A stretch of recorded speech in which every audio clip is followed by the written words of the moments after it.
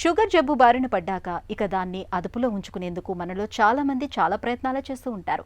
అన్నం మానేసి ఒట్టి చపాతీలు, రాగి లేదా జొన్న రొట్టెల్ని తినటాన్ని మొదలు పెడుతూ ఉంటారు. స్వీట్లు, మిఠాయిల వంటి తీపి పదార్థాలని పూర్తిగా దూరం పెట్టేస్తూ ఉంటారు. మరి ఇలాంటి కఠిన పథ్యాలకు షుగర్ జబ్బు లొంగుతుందా అంటే అవునని ఖచ్చితంగా చెప్పలేం. అయితే మధుమేహానికి కళ్ళెం వేయటానికి మన సంప్రదాయ వైద్యం ఆయుర్వేదం తనవైన కొన్ని ప్రత్యేక చికిత్సల్ని చెబుతుంది. షుగర్ జబ్బును అదుపులో ఉంచుకోవటానికి ఆహార విహారాలు, జీవనశైలి మార్పుల గురించి ఆయుర్వేదం చెబుతున్న పరిష్కారాలేమిటో ఇప్పుడు తెలుసుకుందాం.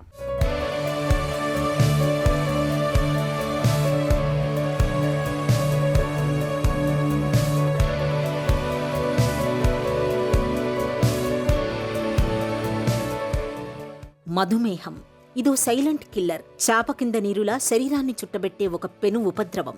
దీనికి పేరులోనే తీపి. ఒకసారి షుగర్ జబ్బు బారిన పడితే ఇక జీవితమంతా చేదే.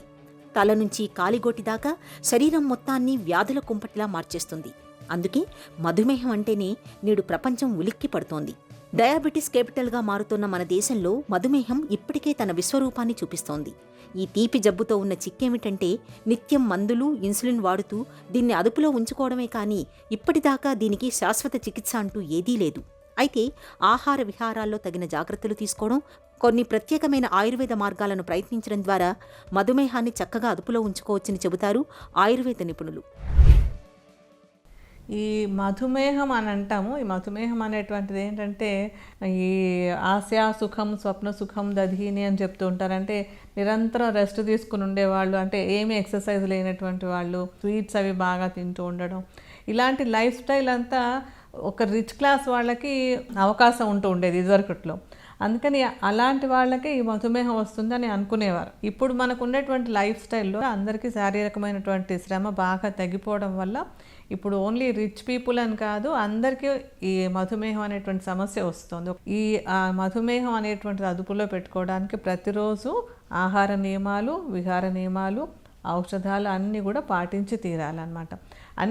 ప్రతిరోజు మనం చేసే ప్రతిదాని ప్రభావము మనకి మధుమేహం మీద కనిపిస్తూ ఉంటుంది.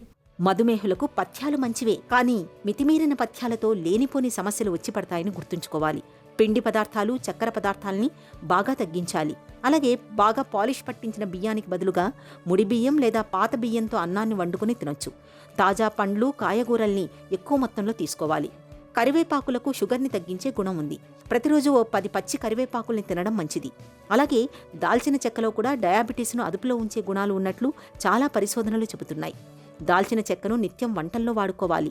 రోజువారీ ఆహారంలో పీచు పదార్థాలు ఎక్కువగా ఉండేలా చూసుకోవాలి. ఉసిరిని మధుమేహుల పాలిట దివ్యౌషధంగా చెబుతారు నిపుణులు. మధుమేహంతో బాధపడుతున్నప్పుడు ఉసిరిని నిత్యం ఏదో ఒక రూపంలో తీసుకోవటం వల్ల రక్తంలో గ్లూకోజ్ స్థాయిలు స్థిరంగా ఉంటాయి.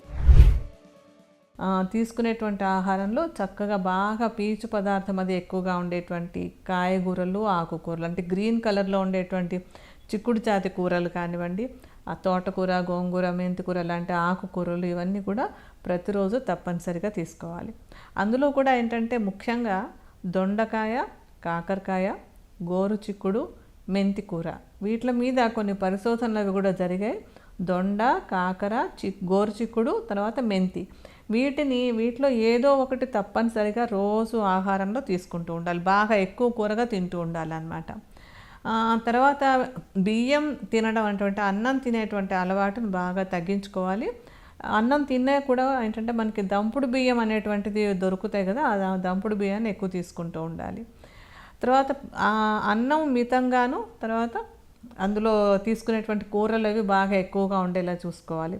పెరుగు అనేటువంటిది మానేసేయాలి. కమ్మటి మజ్జిగ, ఏ రోజుకి ఆ రోజు చేసుకున్నటువంటి కమ్మటి మజ్జిగ రోజులో 2-3 సార్లు చక్కగా తాగుతూ ఉంటే కూడా మధుమేహం అదుపులో ఉండడానికి అది మంచి ఔషధంగా ఉపయోగపడుతుంది అన్నమాట. ఆహారంలోంచి ఔషధంగా ఉపయోగపడుతూ ఉంటుంది.